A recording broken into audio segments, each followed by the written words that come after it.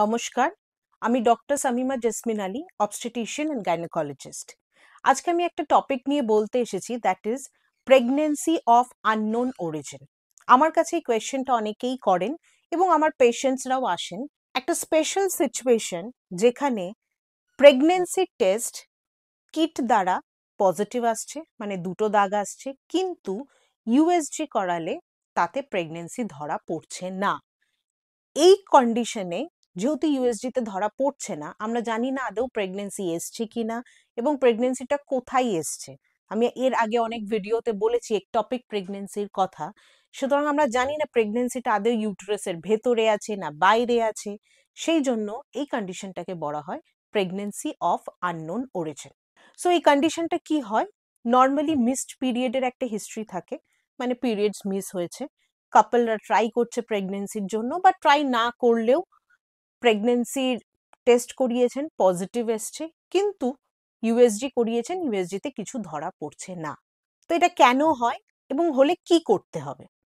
প্রথম কথা, pregnancy test যদি পজিটিভ থাকে, ইউএসজিতে যদি ধরা না পড়ে, তাহলে কি হতে পারে?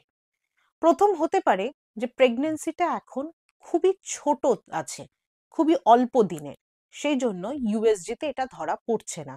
হয়তো আপনি 2 উইকস 3 উইকস পরে আবার যদি রিপিট করেন ইউএসজি, তাহলে তখন হয়তো প্রেগনেন্সিটা ধরা পড়ে যাবে।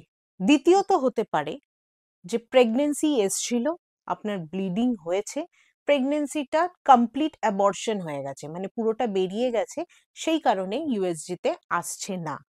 তৃতীয় যেটা হতে পারে, যেটা ডক্টরসদের চিন্তার ব্যাপার, যে প্রেগনেন্সিটা হয়তো একটপিক, কিন্তু অ্যাট দ্য সেম মোমেন্ট এটা হয়তো এত ছোট যে ইউএসজি মেশিনে এখনো ধরা পড়ছে না।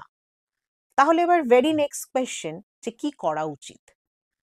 কিচ্ছু করার নেই, আপনি গাইনোকোলজিস্টকে দেখাবেন, উনি আপনাকে চেক করবেন এবং আপনাকে কিছু মেডিকেশনস দেবেন।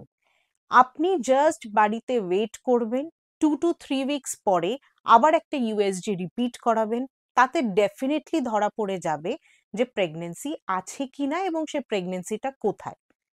এবার কথায় আসি, আরেকটা স্পেশাল টেস্ট করানো যায়, that is serum beta HCG, ব্লাডে বিটা এইচসিজি লেভেল। এটা কি করা হয়? একটা দিন আপনাদের সকালবেলা যে সিরাম বিটা এইচসিজি টেস্টটা করা হলো, তার ঠিক 48 আওয়ার্স পরে সেটা আবার রিপিট করা হয়।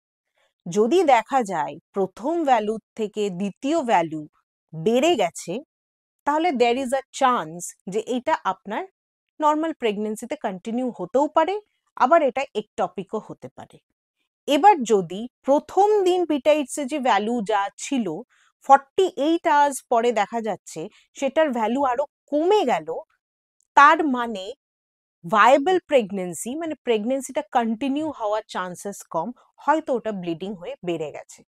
তো প্রেগনেন্সি অফ আননোন অরিজিন সিচুয়েশনটা মানে কিট টেস্টে পজিটিভ আসছে, ইউএসজি তে আসছে না। কি কি আউটকাম হতে পারে? আউটকাম ফার্স্ট হতে পারে যে এটা নর্মাল প্রেগনেন্সিতে হয়ে গেল, একটপিক হলো, বা অ্যাবর্শন হয়ে গেল। এই তিনটে কন্ডিশনই সেই মুহূর্তে বোঝা যাবে না, ক্লোজ ফলো আপে থাকতে হবে গাইনোকোলজিস্টের।